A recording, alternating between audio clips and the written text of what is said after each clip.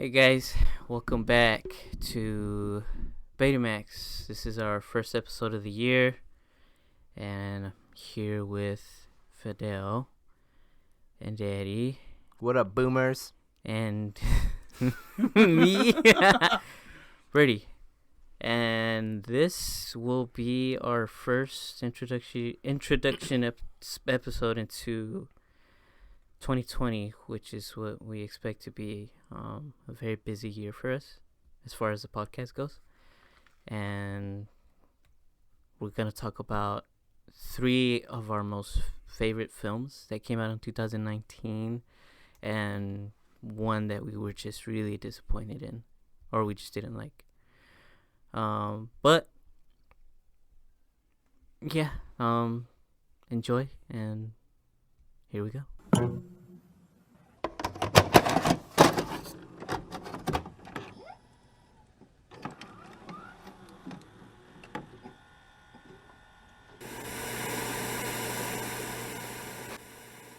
All right, so 2019, a lot of movies came out. First, we're going to talk about the ones we didn't like, right?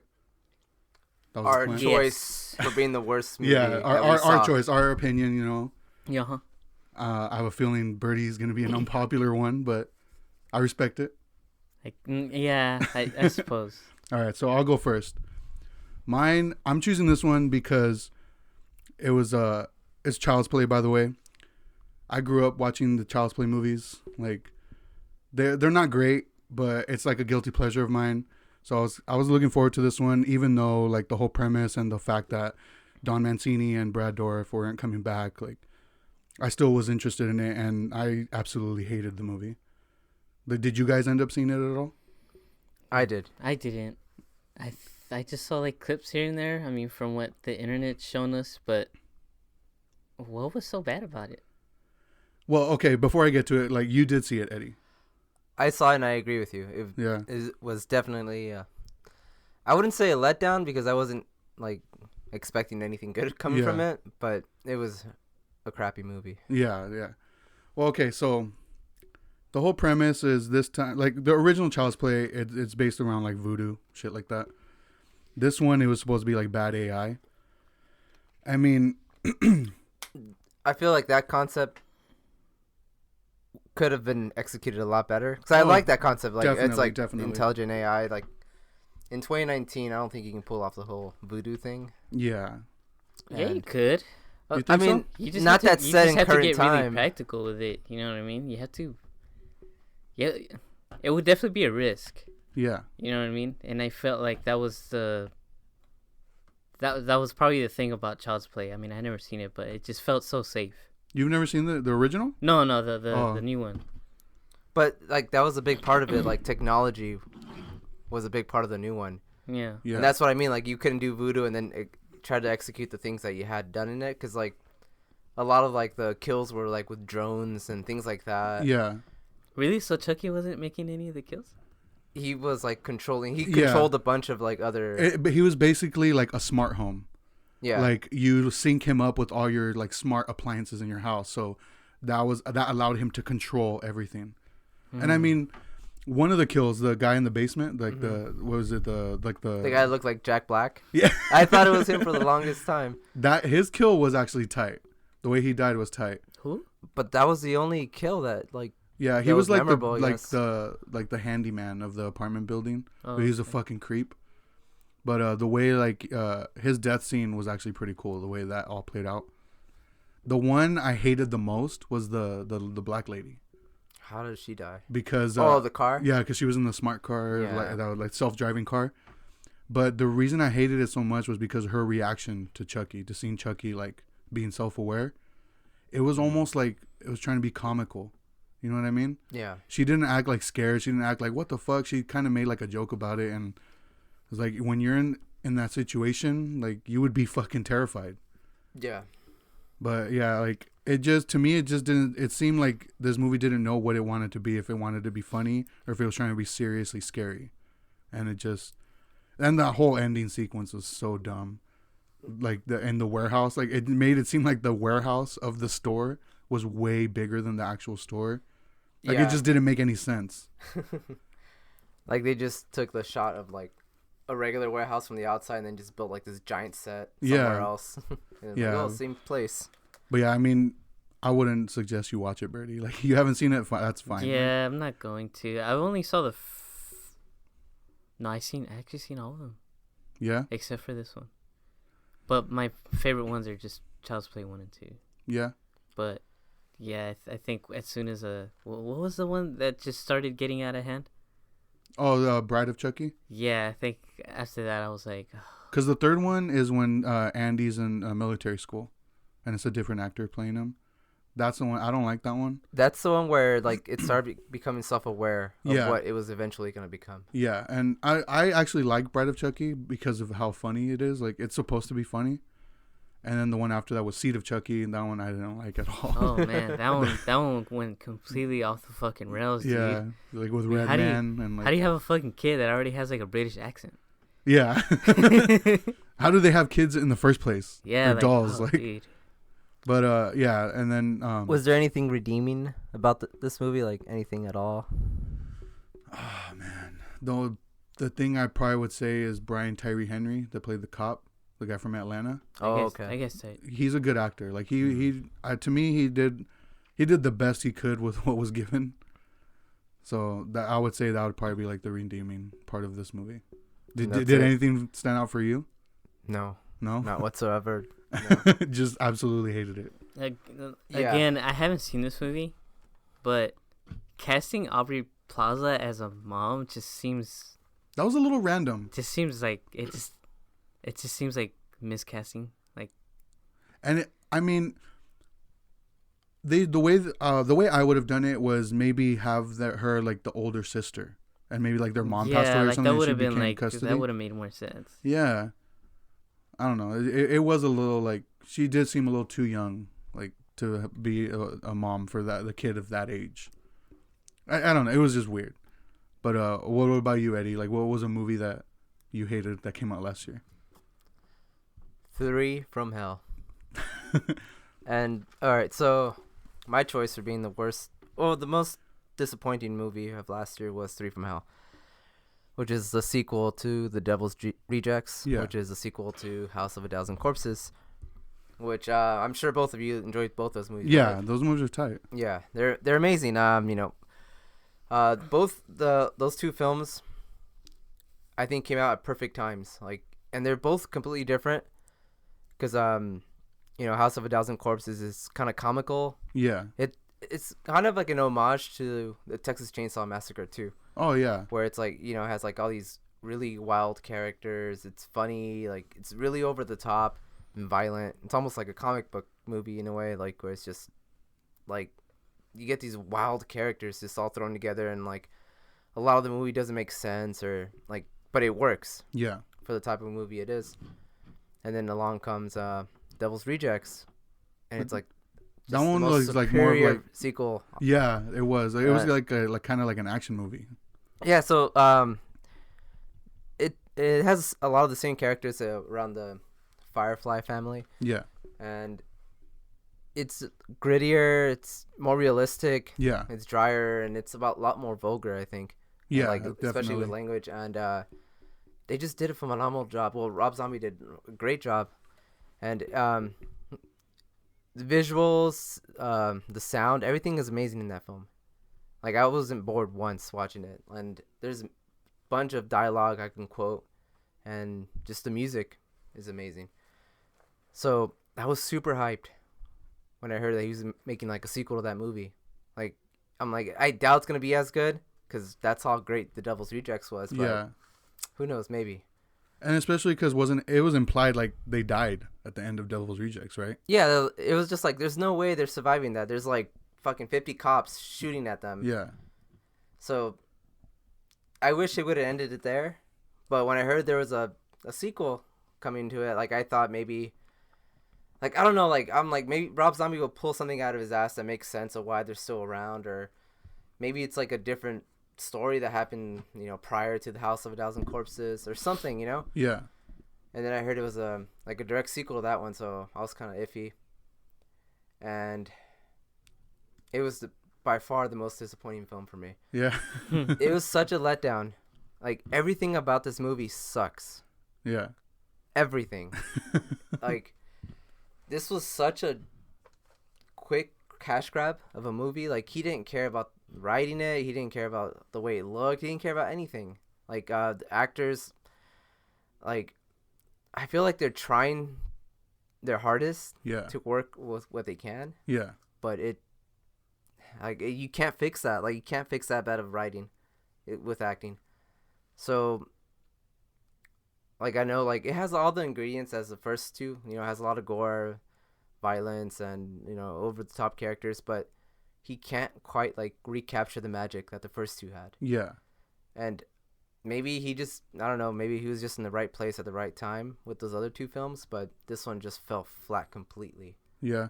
And there's like nothing redeeming about this movie. The music wasn't anything memorable. There's no scenes that stood out to me that I remember. Like, oh shit. Like that's how bad it was. Like everything about this movie was extremely underwhelming. And especially like Sherry Moon's character, like she was like whatever in the other films. Yeah. But especially in this film, like she just comes off as annoying. Yeah. Like I got like annoyed every time I saw her. And like she does have that like high pitched voice. Yeah, but and like the thing is like these characters should have like changed completely from the other two movies. Like even from like Devil's Rejects, they were different from the House of a Thousand Corpses. They were, I don't know, they like it's almost like they were fleshed out more. Yeah. They had more emotion to them, and they were given like almost like these human qualities where you kind of root for them in the movie, even though they're shitty people going around like doing terrible things. But in this movie, like I just wanted them all to die. Like I was just like, man, just get rid of them, dude. Like, but this movie is just terrible, and it's such a shitty thing, like to like have a sequel to like one of the best movies ever, and it just didn't land at all. And this was Sid Haig's last movie, wasn't it? Yeah, and it's terrible. Like, and yeah, he was only in the movie for like maybe like 3 or 4 minutes, one little scene, but nothing special. And because he was sick while filming. Yeah, so most people knew that he didn't have to. He wasn't gonna have a big part in it. Yeah. So I don't know if like him passing away had a lot to do with like the way the movie turned out, but I mean even that wouldn't be an excuse. Like yeah, like I don't know, man. This movie was just from beginning to end just terrible. But you actually sat through the whole thing. I had to, just because I was hoping like maybe the end something might happen where like something cool like that I can talk about later on. And, nothing at all. So there's not like one redeeming quality of the movie. No, there's not one single cool kill. There's no like dialogue that I remember. No like montage with like some great song in the background. Yeah. Nothing. And like to me that's the worst part, because like there's so many like scenes I remember from the first two movies. Yeah. And so many quotes and everything. And these are like movies that I haven't seen for like a couple of years now, and I could still like recall. Yeah. Like a lot of it. And yeah, this one, I don't know, man. Like, I think Rob Zombie needs to like stop making movies for a while and like sit down and like focus on a script and like take his time. Go back to fucking making. Music. Go back to making music. Even then, like I don't think he's gonna do anything great anytime soon. Yeah. So for you, what would you say is his last good movie? The last movie that was good. I really enjoyed Lords of Salem. Yeah.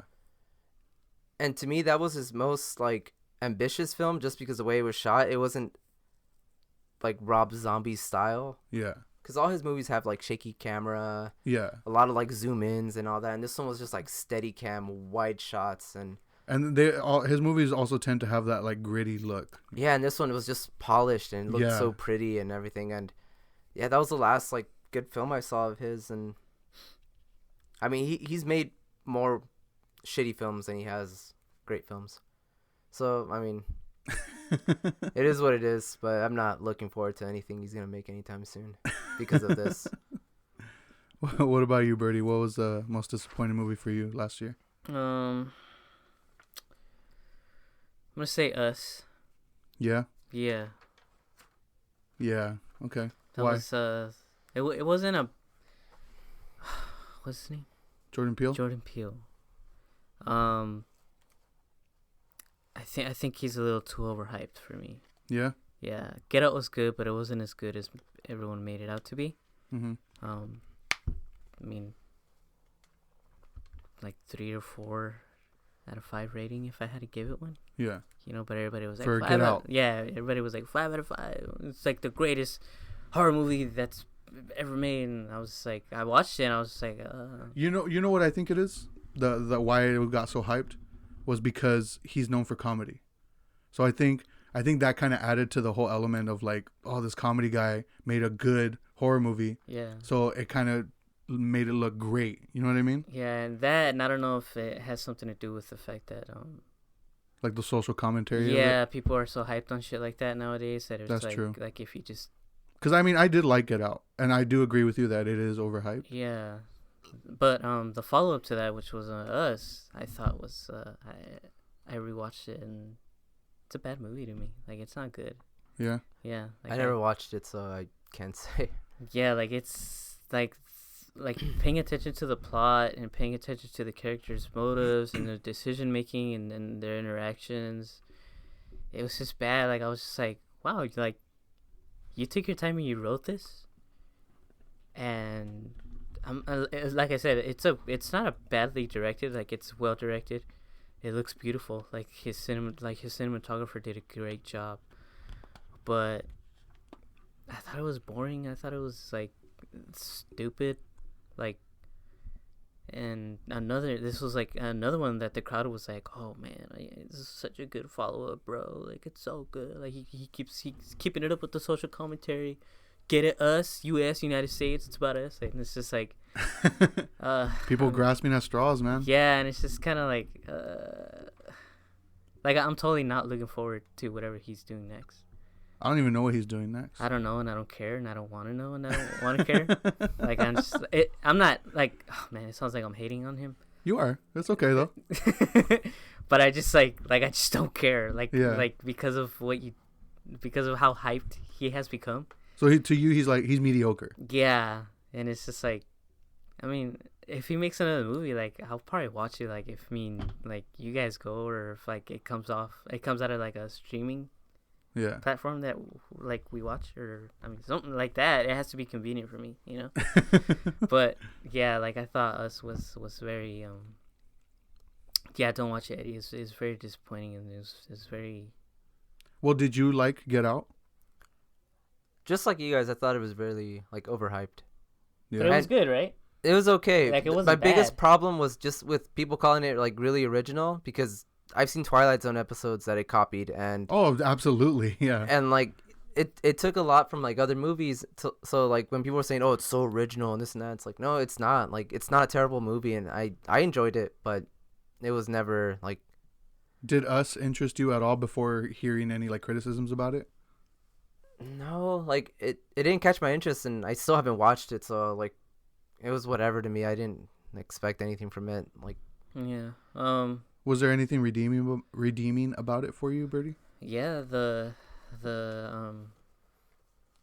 whoever composed the music for that film did a great job. Yeah, the music's really good. That was probably like the only good thing about that movie to me. Yeah.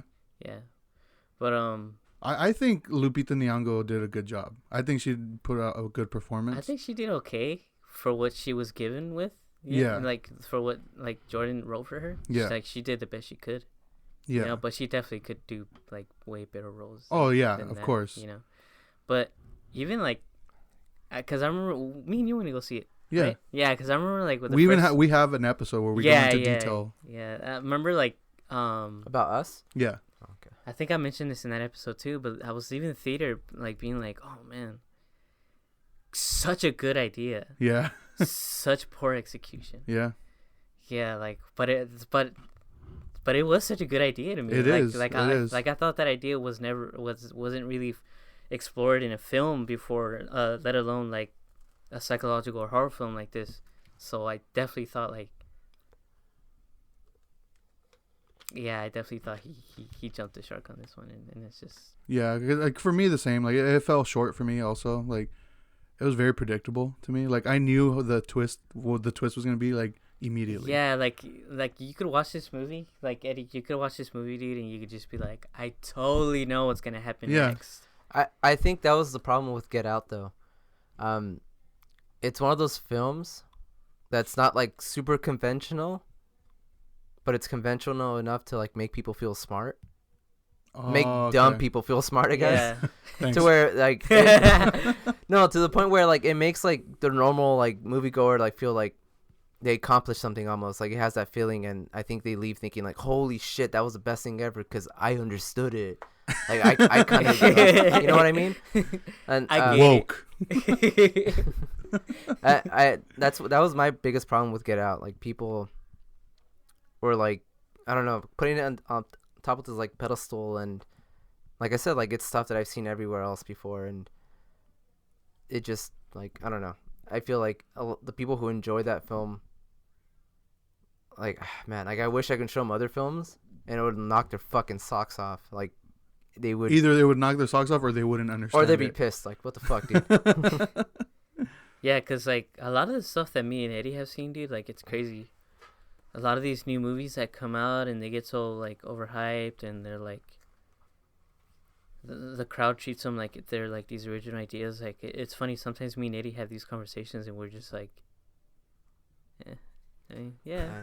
And then like the thing is too, like if you're not gonna like have anything original, like there's a ton of movies that I enjoyed this year that like the storyline was nothing special, but they were fucking awesome to watch. Yeah. So it's all about how you execute everything. Yeah, because I mean, even those fucking Fast and Furious movies are doing well and people are enjoying them, and it's because of the execution, you know? Yeah, but, I mean, because they know what they are. Yeah, if you pay attention to the plot and like the character motives and all that, like you're just gonna be like, what? Why are these fucking race cars trying to get to space again? See, I feel like people who watch those movies and enjoy them are the ones that saw like Us and Get Out. Yeah, and we're like that same crowd went to the Us theater and we're like, oh man, I'm fucking woke, bro. Like, oh shit. Hey, I like those movies. Hey, you guys are fired. So you're saying like the only redeeming quality of it was the score? Yeah, I thought the score was great because I caught myself listening to it like on Spotify like after. But, yeah, it was good. Do you know who composed it? No, I forgot the dude's name, but Rob Zombie, John Williams, Danny Elfman. Can you imagine Danny Elfman doing the score? That'd be sick. That'd be tight. That guy never disappoints. So now that we've shitted on, got the negatives out of the way. I shitted. Let's get into what we enjoyed, and I'm gonna let Birdie go first. Okay. What did you enjoy last year? Okay. Well, one movie that I really, really enjoyed, and I'm a little sad about me enjoying it because I want to see a follow-up, and I don't know if I am, just because of money, I guess. Didn't get a good box office reception. Mm-hmm. Alita, Battle Angel. They didn't get good box office? No, I don't think so. I didn't follow up on the box office. That movie was fucking tight. I thought that was definitely one of my favorite movies of last year. Especially because I really enjoy the manga and the anime. Yeah. The manga. Sorry. Dude, I enjoy mangoes too, but that movie did not look interesting at all to me. So I probably fall in that category of like people who didn't want to watch it. Do you guys like anime at all? Well, I'm not familiar with it, so I can't make a judgment on it. What I know is whatever you tell me about. What about you? Just like I've seen the big stuff like Dragon Ball Z and those kind. And you guys, I enjoyed those. You guys haven't those. like sat down and like read a manga? No. Right? No. All right. Yeah. So like that shit was like right up my alley when it comes to like correlating with that. Yeah. Type of media. So I was really hyped on it, and then when I saw it, like, oh man, I really enjoyed it and I loved it. That movie was awesome, dude. Yeah. Was it pretty faithful? Yeah, dude. Like to the mango? It's pretty. Mango. I thought it was, cause like movies based on like mangas and like animes, they get a lot of shit. Yeah. Because of like the poor execution, and I totally understand and I get it, and I agree with it. What would you say is an example of that? Because the only other ones that I know that was adapted from an anime was Ghost in the Shell. The Last Airbender. Oh, that's right. Dude. That's probably the worst of them all. Yeah, I would say that one. That one or Death Note, which is on Netflix. Okay, see, the Death Note, just real quick, I'm not familiar with the anime at all. So The anime is actually pretty cool. I actually enjoyed the movie. But it's not great, but I thought it was I would say, entertaining. like, for you who's not familiar with, like, the anime, Yeah. like, since you enjoyed it, that's tight. Because I felt like it was more, like, it was targeted towards people like you who just don't, like, they just... Not familiar. Who has Yeah. lives? Who has vibes? I mean, what? Vibes? You Lives. said, oh, lives. I thought you said vibes. Get out. Putting out the vibe, dude. Putting out the anime vibes? But yeah, this was... Alita was definitely one that was, like... That's how you put something like that on live adaptation, like, on silver screen. So. Yeah, because I remember you telling me about it. Alita Battle Angel. That was the full title, right?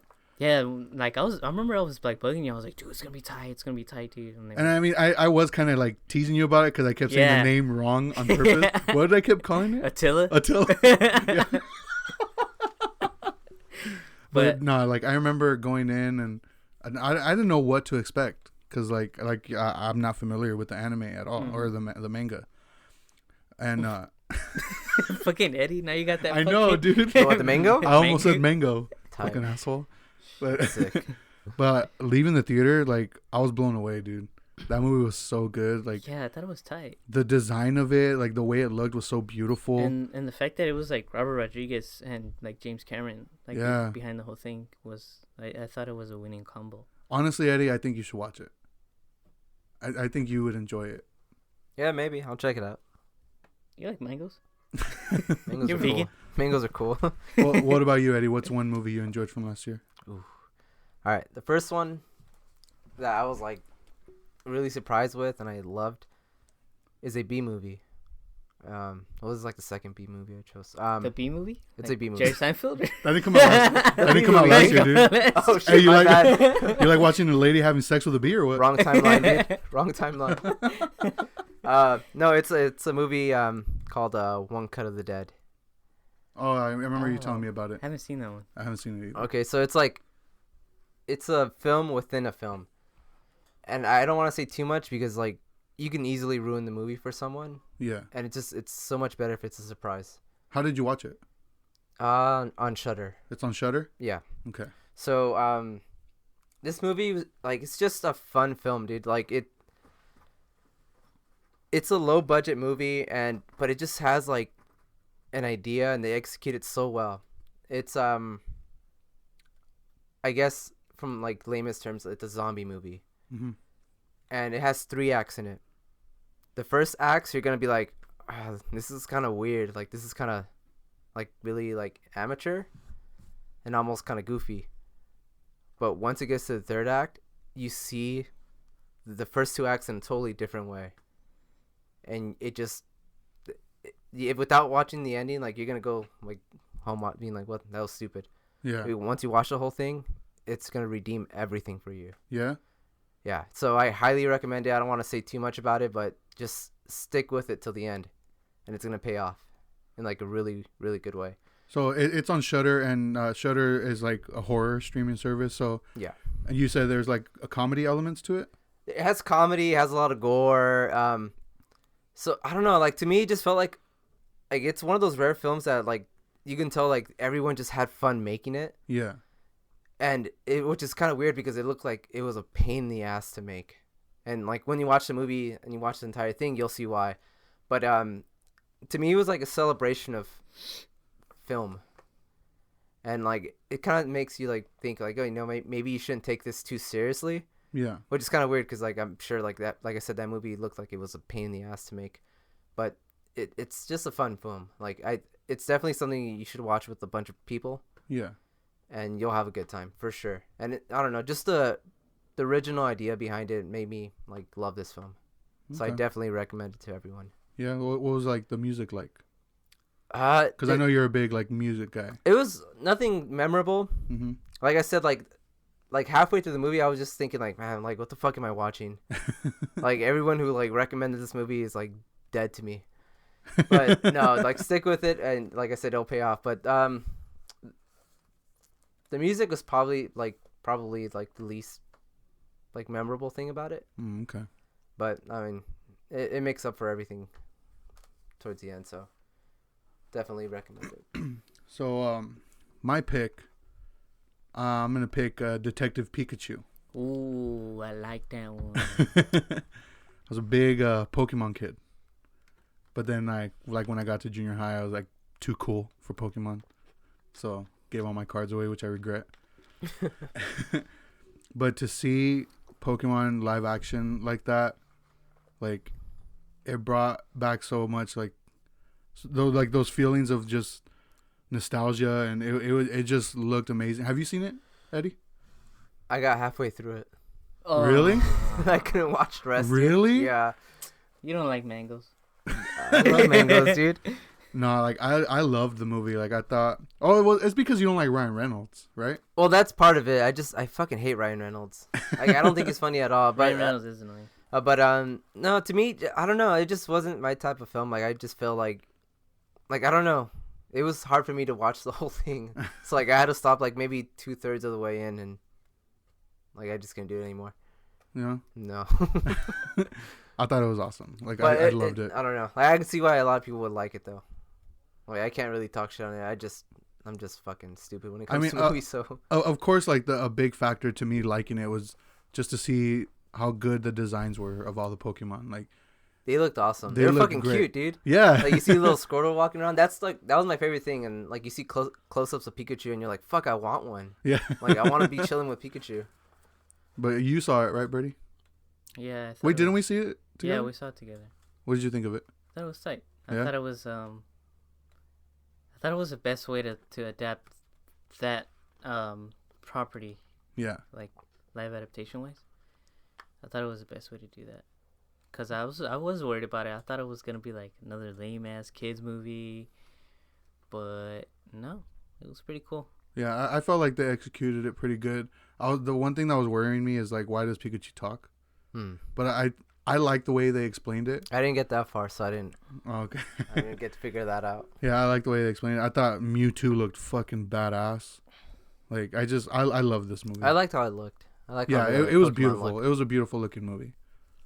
But what's another movie that you liked that came out, Brittany?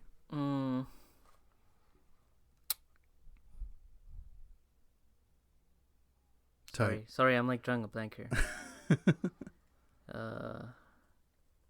Shit. Well, it's not a movie. It's a show, so I'm kind of.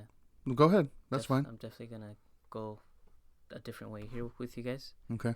Another one that I was like, I really liked it, and now I'm disappointed because I don't think I'm gonna get a follow up to it. What? Watchmen. I'm glad you brought it up. Yeah. Yeah, because me and Eddie actually we talked about it a little bit. Because, okay, I'm gonna let you talk about like what you liked about it. I thought it was one of the best. Cause it's weird. I don't know if I should call it a comic book show, cause it's not really based on any material that Alan Moore wrote. That's true. Because it's all original. Yeah. Written by Damon Lindelof. So I'm not. It's just a good drama with like superhero like type characters. Yeah. But it's like it has a very cool narrative that has to do with like vigilantes and shit like that. And a lot of shows are trying to do that right now, and I think this year and last year are gonna try and like kind of ride that boat, I guess, for the whole like making superheroes badass by making them like anti-heroes or some shit. Yeah. You know, like that show The Boys, or yeah, you know, the whole DC thing, like. But I thought this show was the one that I would say it set the bar as far as trying to explain or trying to execute something like that, you know. Yeah. But yeah, I thought it was great, and it took me a long time to watch it, because I remember you guys were the first one to watch it, and you guys were like, "Oh man, you gotta watch it," and I was like, "Yeah, I'll get to it," because I really enjoy the graphic novel, the Watchmen graphic novel. I've read it a few times, and I really enjoyed it, and I like it a lot. And Zack Snyder's adaptation of the graphic novel was really enjoyable. I consider it one of the best comic book movies out there. Everything about it's great, especially the pacing. But this follow up to the graphic novel, not Zack Snyder's movie. Yeah. I thought it was really, really good.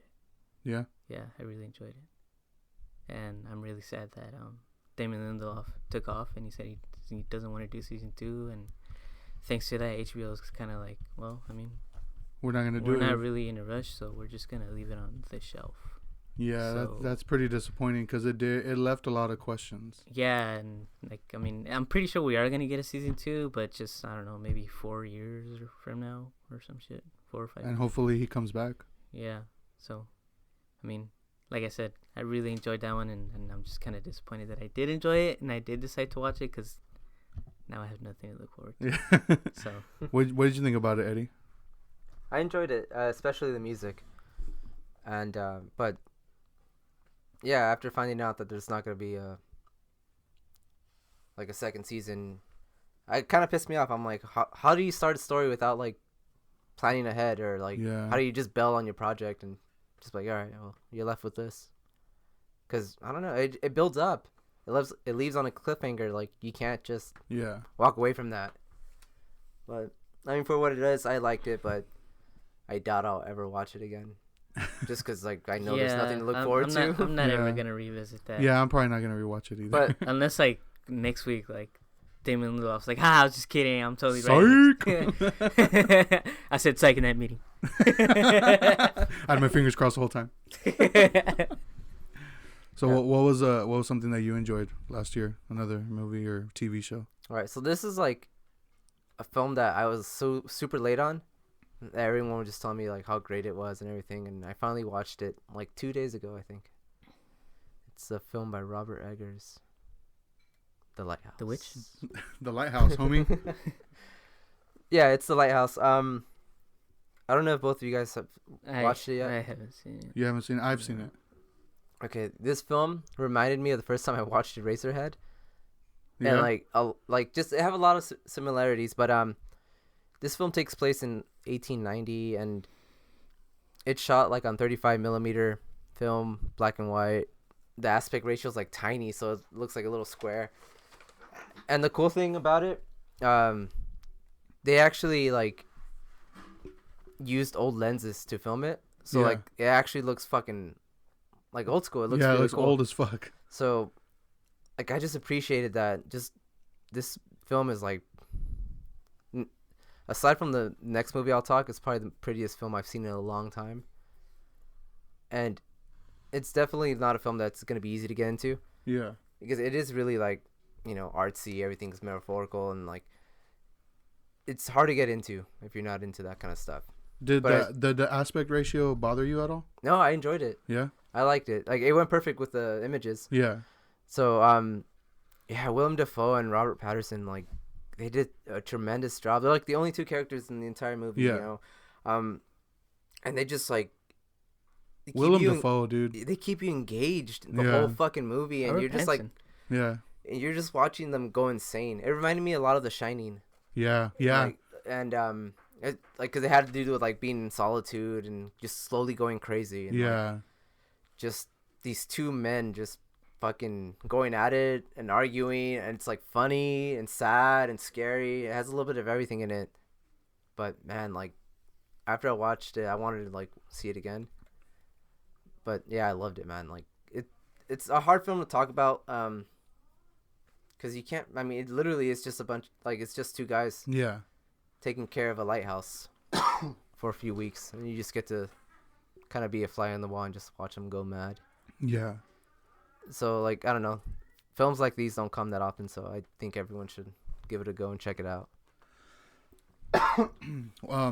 Another one for me that I really enjoyed that I also just recently saw was 1917. That movie, have you seen it, Birdie? No. Fucking up, Birdie. My bad.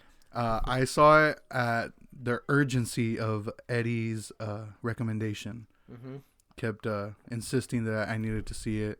Did you watch it the way you're supposed to watch it? I saw it in Dolby Cinema. Okay. That's how that's you what saw I it, saw right? it. Yeah, that's how we experienced it. If it's still, I'm pretty sure it's still playing in the Dolby Theater. If you have a chance, like, please go out and watch this movie at the Dolby Theater. Or at least watch it with like the loudest speakers you have. Yeah. Nah. But man, this movie I absolutely loved. It was just, it looked incredible, and I had completely forgot that it was supposed to look like one and like shot through the Like whole it was thing. supposed to be like one long take. Yeah, it was like I had forgotten about that, and just to see how things playing out and the camera movements, like it's so engaging. Like, man, it was like, it was heartbreaking. It was like just so stressful at times. Like there was times I was gripping the armrest of the fucking chair in the theater, and like my palms were sweaty. And I highly recommend checking it out. Like, you got to see it, Birdie. It's incredible. Have you seen Sam Mendes' other films? I'm not sure. American Beauty. American Beauty, yes. Revolutionary Road. I have, but I don't remember it. Skyfall. James Bond? Yeah, it's probably the best. I haven't seen any of the Daniel Craig Bond movies. I heard that one's like the best. Yeah, I hear that one's the best too. The best one. But yeah, so I had no idea he did those movies as well. But this one, like, it's incredible. You got to see it. It's like visually, it's a fucking treat, dude. Yeah. Like it's so beautiful. I'm gonna watch it on my phone.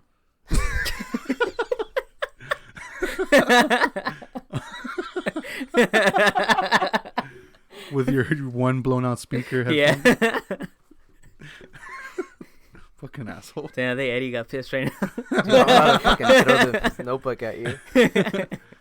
But yeah, like, I'm legitimately down to go see it again. Basically because I have the AMC Movie Pass on. Oh. And those gunshots, they like feel and sound like so realistic. Yeah. It feels like you're fucking there. Because it literally does make you feel like you're accompanying them like on this journey. Like you're just right next to them. Because like there's scenes where it's like wide shots. And like I caught myself looking at the hills or like the houses.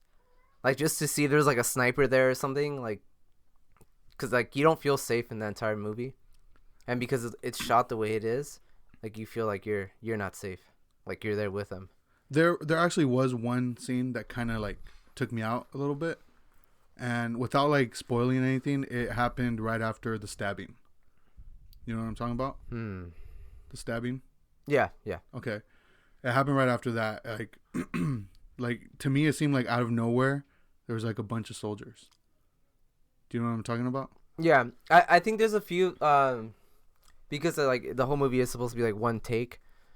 There's like a lot of things that they had to like do that kind of felt like, no, there's no way that would have happened that fast, or certain things like that just happened to work out too perfectly. Honestly, that was the only scene for me that like made me question. There was two for me, and like I just can't talk about them because I don't want to spoil anything. But there's two. There's one other scene that kind of made me like think like, like I don't think that would have happened that quickly. Yeah. After this person just did this. Yeah. So I don't know, but like I think like just those two scenes, I think I felt that, you know. But yeah, like speaking on the way it was shot, like, yeah, like it was pretty flawless. Like I caught myself trying to pinpoint, like, okay, where that was me too. Yeah. Like where did they cut the camera? Yeah, and I was only able to catch like 4 times, or like, okay, for sure this is where they cut. I think the CGI was kind of lacking a little bit with the rats, especially. Yeah. Like there are scenes with like they're like in bunkers and there's like rats walking around. Yeah, You can just tell like I noticed that too. CGI, like, but I mean, aside from that, like I think it was like the whole movie, the rest of it, like the other like 98% of it was just phenomenal. Yeah, it's an incredible film and well deserving of all the like the nominations it got. It got a lot of buzz or what? It got like 10 nominations. I think. Yeah, that's awesome. Yeah.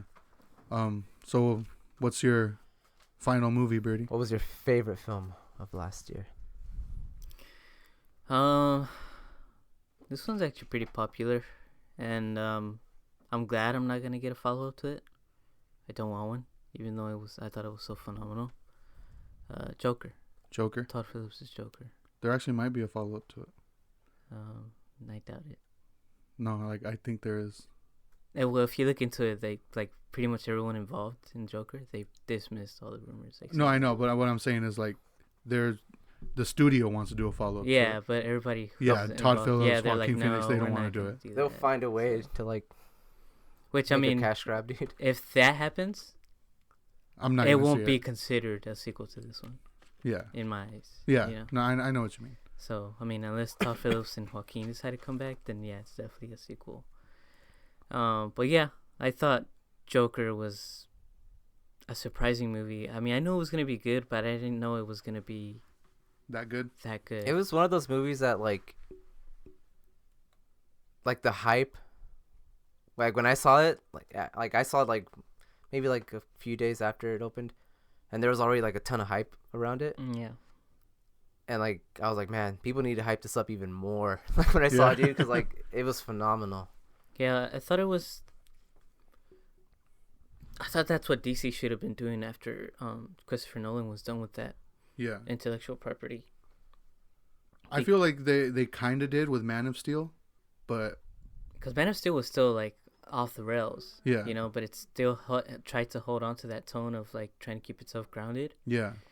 But this is the reason why these characters are so interesting, and it's because of how Todd Phillips and Joaquin Phoenix decided to flesh out this character, this phenomenal villain. Because of, I mean, we understand that Joker is in a universe where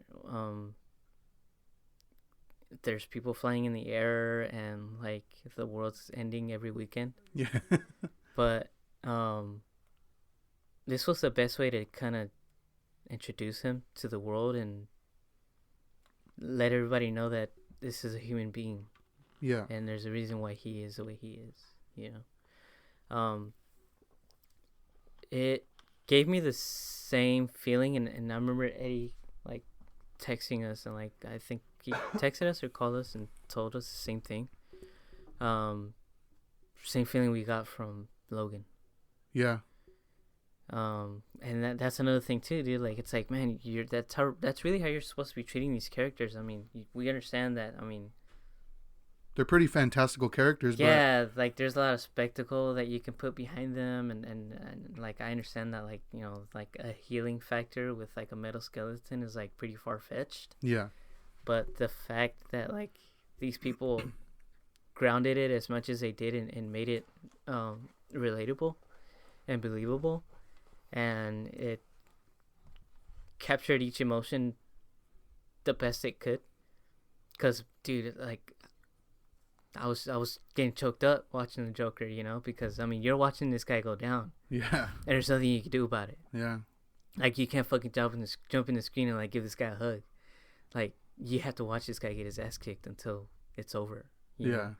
So yeah, Joker was definitely I would say one of my favorite ones from last year. Yeah, I definitely love the movie as well. The music also, like, yeah, I don't know her name. Like, well, I can't pronounce it. But just beautiful. She, like, the music alone, like, makes you like emotional. Yeah. You know, and mixing that with Joaquin Phoenix's performance and Todd Phillips' direction, and the cinema, like, dude, it's a recipe that just you can't beat. Yeah. You know, so I hope I don't see a follow up to it. I hope Todd Phillips and Joaquin Phoenix just like they're just like, yeah, I mean, no, you know. So I feel like for sure Joaquin Phoenix would say no and stick to it, but I'm not sure about Todd Phillips. I mean, yeah, that's true. That is the guy that did the Hangover movies. Yeah. So which were Criterion based movies. Yeah. only the third one. I mean the second one. Right. Only the second one. That was like a surprising thing for me because this was like his first serious film. Yeah, because he just did comedy before. Yeah, he was like what, Road Trip. I think he did the Gigi Allen documentary. Yeah, he did. He did. That was his first one, actually. That was the first thing he did. Yeah, huh? that was his first real like. He did. I forgot about that. So that's pretty random. Yeah. He had, like a weird like catalog under his belt. Yeah, so he's used to working with pieces of shit. So. Oh, okay. Yeah, that makes sense. Literally. So, what about you, Eddie? What's your favorite from last year? All right. All right, I'll go next. This isn't just. It wasn't just my favorite film from last year. It's like my favorite film like in many years. Okay. It was that great to me. Okay. And it's Ari Aster's film. Avengers. Midsummer. Avengers. Avengers Endgame, dude. Avengers Midsummer. So I think it's supposed to be pronounced Midsommar, Yeah. like the right way, but everyone just says Midsummer. Midsummer. But yeah, this film is probably like the most beautiful film I've seen since like Interstellar, I think. Yeah. And that's like saying something because like I I agree. loved Interstellar. This film was like beyond beautiful, and like everything about it like was perfect to me. Yeah. It's a really divisive film. Like a lot of people are gonna hate it. More people are gonna hate it than I think would actually enjoy it. Yeah, absolutely. Because it challenges the viewer. Like it's so slow and a lot of scenes are fucking hard to watch. But like if you get through it and like if you're into those type of films and if you can relate, like you're gonna fucking love this film. It really is for a niche audience. Mhm. Because I did see a lot of hate for the movie, but Yeah. I feel the same way. Like I loved it. Like man, this film like I think a lot of people like if they look beyond the gore and all that, like because it is like a breakup film.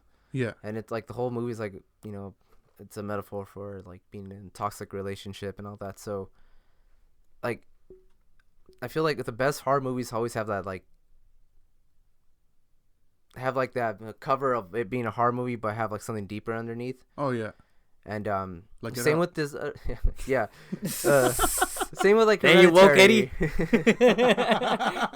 Stay woke.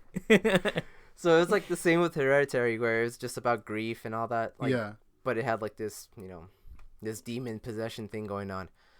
So this one has like this fucking weird cult in it, you know, and they're in Sweden and they go to this festival where all this weird shit is going on. But yeah, this film was just like everything about it to me was perfect, and I can't stress enough how amazing like the acting was. Oh yeah. Florence Pugh, dude, she did a fucking like it was like the best horror performance I've seen since like I don't know, man. I think she did a better job than the lady from Hereditary. Tony Collette. Yeah, Because Toni Collette, and she did was, amazing. Like, yeah, and I was like, man, nobody's gonna beat her. But I think like this one puts they're both up there. No, yeah, I agree. Like the cries, everything about these movies, like this movie, like it just feels fucking like it leaves you. Like her pain and her grief was like believable. Yeah, and like rarely do movies like affect me to the point where I'm just like, man, like, this is kind of hard to watch. But this is one of those films that challenged me, and like everything about it was like something was always happening, and like I watched it recently, and I noticed something like I noticed a few things throughout the film, like in the backgrounds and stuff. But there was like one scene in particular where towards the end of the film where there's something hidden in the trees. Oh, I know what you're talking about. And it's like this little visual thing, like where like a lot of people aren't gonna notice it. I'm just like, I love when directors do that. They hide things in the movie, and like if you have a good eye, you'll catch it, and sometimes you'll catch it like after watching it 2 or 3 times, or sometimes you just miss it every time. So, yeah, like I know what you're talking about because I didn't catch it. Yeah, I had somebody posted a screenshot of it. Oh really? Yeah, and that's how I was like, oh shit. Yeah, it's crazy. So like, yeah, this director knows what he's doing. And it's like only his second film. Yeah. And so far, I think, like next to Jodorowsky, I think he's like my second favorite director working now. Yeah, because after of this only film. 2 films. I agree with that. Yeah. See this person, Ari Aster. Ari Aster. That's the guy that should be getting the hype that Jordan Peele was getting. Yeah, and I feel like he's really underrated. He is. He is. Cause like, dude, like when I saw Hereditary for the first time, like it fucked with me, dude. Yeah, that movie's fucked up. And like the same thing with this one. He has a weird way of showing like trauma, but like his films, like they present to you certain things that, like that are gonna happen, and it tells you like this is gonna happen, and you're expecting it, but when it happens, it still shocks you, and that's so hard to pull off. Cause like all the like even like the gore is fucking gorgeous to look at in this film. Yeah, it is. Like you'll see like the worst shit happening to someone, and you're like, damn, that looks beautiful. Like, so like, man, like it's hard to talk about it without ruining anything. Yeah. But I didn't even get to the soundtrack, dude. Yeah. The soundtrack was an orgasm for my ears. It's so an eargasm, dude. No, this soundtrack is one of the most like amazing things. Like after I watched the film, like I just kept listening to it over and over again, and like I don't know, man. Like when I heard the soundtrack, it had such a big part to do with the movie too. Like it definitely like works so well with the visuals, and just both of them colliding, dude. It was like I had my favorite soundtrack of the year. I had my favorite visuals of the year. Like everything, favorite performance of the year. So everything was just perfect in this film. And it's like rare that I'll say like a film is perfect, but this is like one of those films. Yeah, I agree. To me, yeah. And like I said, man, like this is one of those films that's gonna like a lot of people will skip or they'll get like halfway through and be like, I'm out. But yeah, it did get a lot of hate. I noticed that, and I mean, I understand why. It is for a particular taste for film goers. Yeah. But yeah, I agree with everything you said. Like it's beautiful. It's just I loved it. And like the whole movie, I think except for like one scene, like everything takes place in sunlight. Yeah. So like that's right. That's right. Like to pull off like showing visuals that like are gonna like haunt you days after you watch it, that are in broad daylight. That's awesome. Surrounded by like greenery, like yeah, everything's beautiful. Everything's so vibrant, like the colors. So it's not like your typical horror film where it's in the dark. Everything looks so bleak and blue. Yeah. This is like the polar opposite. It's bright yellow, like yeah. But yeah, everything about this movie just struck a nerve for me, and it's kind of cool because there's so many ways you can see this movie. There's like many ways you can interpret it. Like even the director said like it's kind of like a modern day Wizard of Oz. And like when I first heard about it, I'm like, what does he mean by that? But the more I thought about it, I'm like, dude, it fucking is. Like I can't talk about it because I'll ruin the movie. But just like if you watch it, just have the Wizard of Oz in mind, and you'll like realize like what I mean. Yeah, that movie was great. You liked it too, Birdie? Yeah, I thought it was one of my, like, besides Joker, it was one of the films that I anticipated for 2019. Solely because I think Hereditary is such a phenomenal movie as well. Yeah. And yeah, I really enjoyed it. I think I'm looking forward to what Ari Aster has. Oh yeah, absolutely. Has up his sleeve next time. So for me, my last pick is Jojo Rabbit. I thought this movie was like hilarious, adorable, and Taika Waititi has become like one of my favorite directors right now. Like I feel like I don't think I've seen one bad film from him. Yeah, I've seen all that guy's films, and I can't. No, he hasn't made a bad one. Yeah, they're all like super entertaining, like funny. Like even his Marvel film Thor, like it's like one of my favorite Marvel movies, just because like the humor in it, like it's hilarious. But Jojo Rabbit, like it was getting a lot of flack because of the subject matter. Like he plays Hitler, and it's like about like Hitler Youth kind of. Yeah.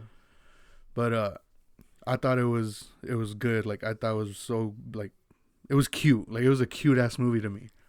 Dude, before you hold on, I want to interrupt you real quick. But I was thinking about that scene where it's like towards the end of the movie and like shit's going down in that town. Yeah. And she fucking straps a grenade to a little kid's back. Yeah. And she pulls the pin. She's like, "You see that American over there? Go give him a hug." And I was like, dude, what the fuck? And I was laughing at it. Genius. So you like seeing kids get blown up? No, I like when kids want to hug. Creep. I mean, what? Did you like the movie, Eddie? Yeah, I really enjoyed it. Yeah. Yeah, he hasn't really done a bad film, and he made my favorite comedy film, which is What We Do in the Shadows. I think that's the funniest movie I've ever seen. Yeah. So yeah, I really enjoyed this one. I thought it was original. Everything about it was pretty cool. His character, man, like, was fucking hilarious in Hitler? that movie. Yeah, just that whole idea of this like little kid, like his imaginary best friend is Hitler. Yeah. Like, that's awesome. Like the premise is pretty ridiculous, like, but it was executed so well. Yeah. Like, it was so funny. Like, and I like how he also played up the fact that, like, the kid, he's a Nazi, but that's only because that's all he knows. Like, in his mind, he saw, like, the Jewish people as, like, monsters. You know what I mean? Yeah, because he thinks they're literal monsters. Yeah. Like, they're not human. Yeah. Yeah. So I thought that was cool that he did that, and, like, and he ended up, like, building that relationship with the little girl, you know, who happened to be Jewish. But yeah, like, that, I thought the movie was, like, so cute. I loved it. Yeah, it's pretty emotional too. I mean, Yeah. there's a lot of heavy stuff in there. Yeah. So, I mean, Yeah, I would suggest checking it out. Are there any movies you guys are looking forward to this year that come to mind? Yeah, there's one movie that I'm just like, I already know it's gonna like blow my fucking head open. New Mutants? I know, me too. And it's from my current favorite director, and he's making Dune. Ooh, Denis Villeneuve? Yeah. Yeah, that's right. He's currently my favorite director right now, working. And he has decided to pick up the mantle of adapting Dune, which is considered an impossible task in the film industry. But this film is due out in December 18th, I believe. It's not going to be a miniseries? No, straight up film. no. I think he's just going to do the first book, but honestly, I hope he decides to do the next 3. I think there's like 6 books that Frank Herbert. Yeah. But I think the first 3 are the more primary with the Atreides family. But that's coming out in November, right? December. So okay. Have to wait 12 months for that guy to come out. And he's still filming right now, or I think they're in post-production. But yeah, I am really looking forward to Dune because I love that book. I haven't even finished reading it, and I have like 2 copies of it. Yeah. And I think everything that is behind Dune is monumental to me. Yeah. Because Dune is considered a science fiction Bible. Mm-hmm.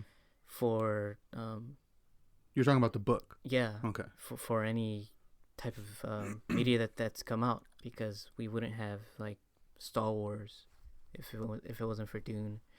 We wouldn't have like Alien or like nothing like that. Like we wouldn't have a lot of sci-fi shit that we love nowadays because of Dune. And if you read the book, like, you understand why, because of the structure of the story and like what it has to do with the universe around it. It's like so expanding. It's gnarly. It's such a dense book. But yeah, I'm everything behind this as far as Sci-Fi Channels is 2 miniseries based on the first 2 books. David Lynch's adaptation that a lot of people didn't like, but I think I've actually never seen it. I saw it. I think it's good. Yeah. I mean, it's as good as you can get as far as an adaptation of such a phenomenal book, a monumental book. But I think he did the best he could. And then Alejandro Jodorowsky tried making a Dune movie. Yeah. And Jodorowsky is alongside with Eddie, he's one of my favorite directors ever, like, on this planet. Yeah. So, I mean, there's even a documentary about him trying to make this movie, which I highly recommend. Yeah. And everything behind it is just, it's important to me. Is what I'm getting at. So, I'm definitely looking forward to Dune. I'm definitely looking forward to what Denis Villeneuve has up his sleeve. Yeah. For this movie. and I can't wait, and I'm seriously hyped for it. So. What about you, Eddie? Do you have one in mind? Not really. Nothing that I'm like really looking forward to. There's a few movies that I'm interested in, but nothing big. I guess The Invisible Man looks. Is that what it's called? Invisible Man. That one looks like it's gonna be interesting, but we'll see. I'm like iffy when it comes to horror. Yeah. But it looks like it's a good concept. But are you hyped for Dune? For Dune, it's hard for me to get hyped on those kind of movies, just because like Brady said, like it's such a hard task to pull that off. But like it's in the best like hands that it could be in. Yeah. So like I think he's gonna do a good job, but I think until like he releases like a teaser or something, like I won't be as hyped yet. I think for me, the one movie I'm like really hyped on besides Dune is Tenet. Christopher Nolan's next film. And like I was pretty excited about it because it's Christopher Nolan. But what was it, Rise of Skywalker, when we went to see it and they showed like 6 minutes of it or something like that? Yeah, he put out the prologue. Oh, yeah. That's not part of the movie, right? No, it's a prologue. It's supposed to kind of set up the whole thing. And like that was intense as fuck. Like. Oh, yeah, dude. And if that's like what the movie's going to be like, then I'm like 100% in. I'm definitely like looking forward to that one. Yeah. But I actually have a list of some movies. I want to see if you guys are looking forward to them at all. So no. So I had a Tenet and Invisible Man on here, and we already mentioned those. So there's The Gentleman. Do you know what that one is? Guy Ritchie's next film. Oh man, that guy's kind of disappointing me with Aladdin. Yeah, I know. So he better fucking do some great shit with that one. I think it's out already, and I've actually been hearing good things that he kind of went back to his roots. Because, I mean, I love Snatch and Lock, Stock, Two Smoking Barrels. And he went back to that style. That whole, like, comedy, crime, you know? So stay away from Disney, bitch. Yeah, I don't know. That was a weird decision. That was for him. It was for his fucking kids. So, I mean, I fucking get it. You want to make something so your kids could be like, my dad made it. Man, fuck your kids. Man, fuck them kids. Are you excited for The Gentleman, Eddie? No. I'm not, but I don't know. I have like nothing to say about it, neither good or bad. Okay. I'll probably watch it if you go watch it. Yeah. A Quiet Place 2. Are you guys excited for that one? Yeah, I forgot. I'm excited for that one. Yeah? I'm just glad I'm going to be able to see Cillian Murphy in a movie again. What was the last movie he did? 28 Days Later. Yeah, you're just going to discount that he was in Batman? Scarecrow, homie. He's also in Peaky Blinders. Peaky Blinders. But did you guys enjoy the first movie? A Quiet Place? Yeah. Yeah. I think the only reason I watched it was because of Eddie. Yeah? Because I wasn't planning on watching it and I wasn't hyped on it at all. I remember Eddie went to go see it and he was like, dude, the intro. Oh, yeah. Fucking yeah, it had one of the coolest intros. It set the tone for the entire movie and you get to see a fucking little kid get killed. You don't get to see it, but you see. It's heavily it puts implied. it in your head, yeah.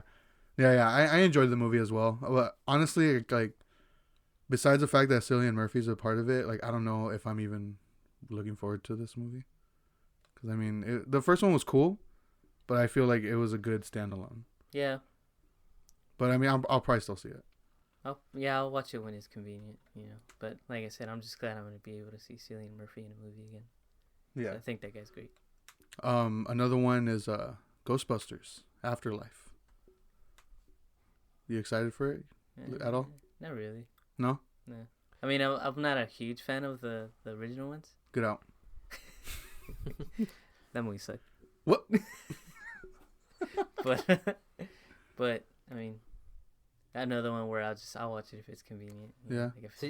Man, I love the original Ghostbusters movie.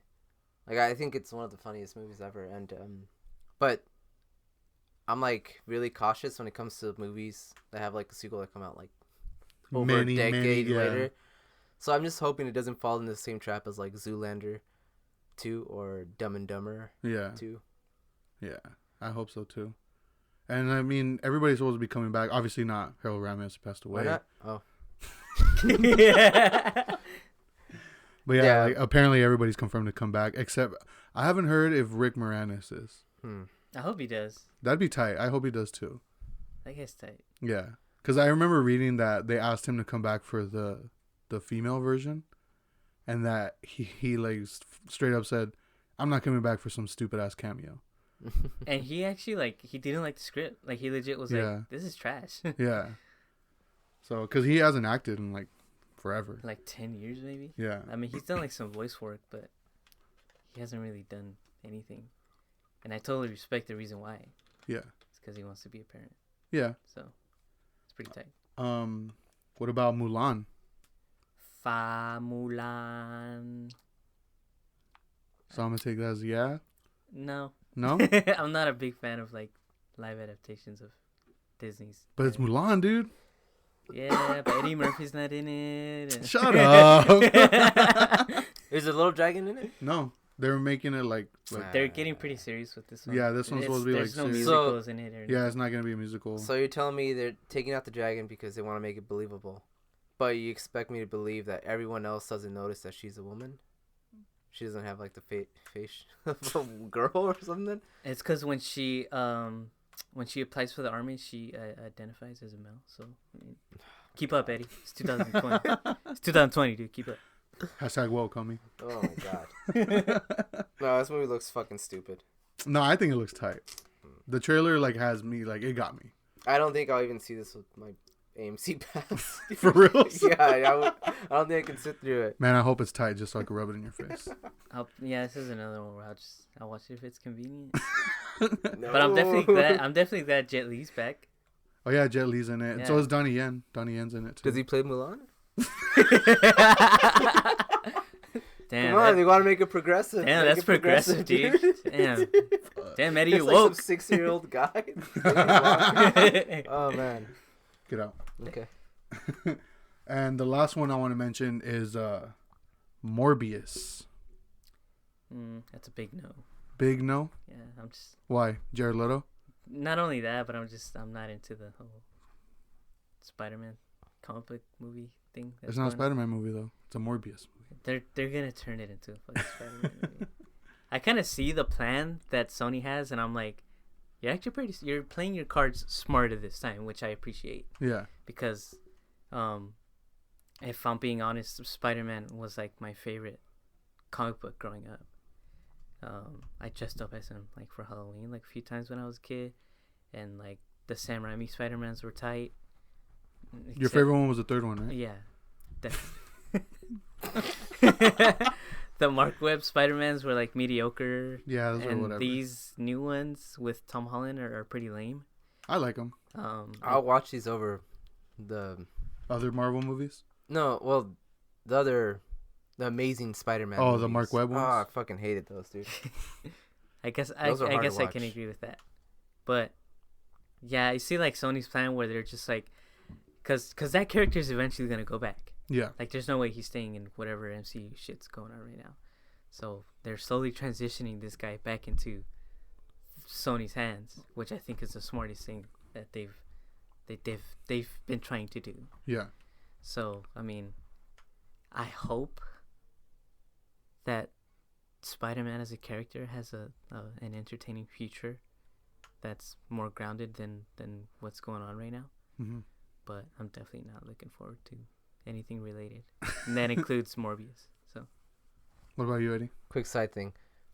I recently watched like a scene from the animated Spider-Man series. Yeah. With Morbius. Yeah. And that shit was hilarious. Like I hope I hope he looks just like that in the movie. Dude, he looks gnarly, dude, in the animated series. Oh man. And like the thing is, like he's like not your traditional vampire. I don't know how he is in the comic books, but it's in the same shit. Like it's just a guy who just turned himself into a fucking vampire. No, I know, but he has like these like he doesn't suck blood. He sucks the plasma out of your body, but he doesn't do it with his fangs. He does it with his hands. Yeah. He has like these little leechy Dude, things on his palms. I thought it was tight. Yeah, so I'm like, I hope they do that just because it wouldn't be your traditional vampire stuff. Yeah. So he's just not like. The fuck was that? My voice cracked. Yeah. My voice cracked. Damn, dude, you turn into Morbius. Yeah, but I just thought I pictured Jared Leto like rubbing his hands on people's faces and like sucking their plasma. So I hope they do that, and if they don't, I'm gonna be really disappointed. Even though you're not gonna watch it. Even though I'm not gonna watch it. You're just gonna stand outside the theater like, hey, did he do this thing? No, okay. Third person disappointed, dude. Third person disappointment. It's a new thing. Well, I'm looking forward. I got contact disappointed. I was outside the theater where it was playing. Contact disappointed. Well, I'm looking forward to it. Meh. So that about wraps up this discussion. This is actually our 1 year episode, dude. Oh yeah! Congratulations to us. Yeah, congratulations to me. To me especially. I've been here the longest, dude. What? But no, I mean, it's tight that like we've been doing it for this long. I mean, it's kind of been sporadic, which I'm kind of hoping we're able to fix that where it could be more consistent, you know? Yeah, definitely. But still, like, it's been pretty tight, you know, this whole year doing it, and I'm fucking glad that Eddie's back with us. Like, yeah, bitch. Stupid ass. Not for long. Just kidding. JK. Psych. But I just want to say thank you to everybody that has been along for the ride since the beginning. The people that have reached out to us and given us feedback. The people that have allowed us to interview them. Yeah, man. Like all you guys who were willing to come on the show and asked to be on the show, or we asked and you guys were like, you guys agreed. Thank you from the bottom of our hearts, because this is our first time doing shit like this. Yeah, we're learning as we're going. Yeah, so I mean, and like these people are trusting us with their likeness. Yeah. You know, and these are people that. And it's even people like inviting us into their like homes. You know. Yeah. So, thank you. And are we doing more interviews this year? I'm not sure. I want to. I have a couple ideas, but we'll discuss that. Okay, so maybe. I'm not sure. Yeah. We'll talk about it. But yeah, like a big thank you, a big thank you to Eddie for coming back. Yeah, bitch. You're very welcome. But yeah, again, thank you guys for listening and well, a cheesy thank you to the three of us. A pat on the back for.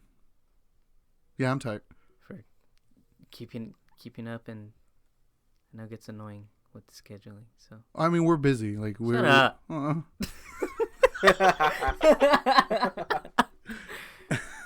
Thanks, so. Yeah, thank you guys. I like. Well, okay, hold on. All right, bye.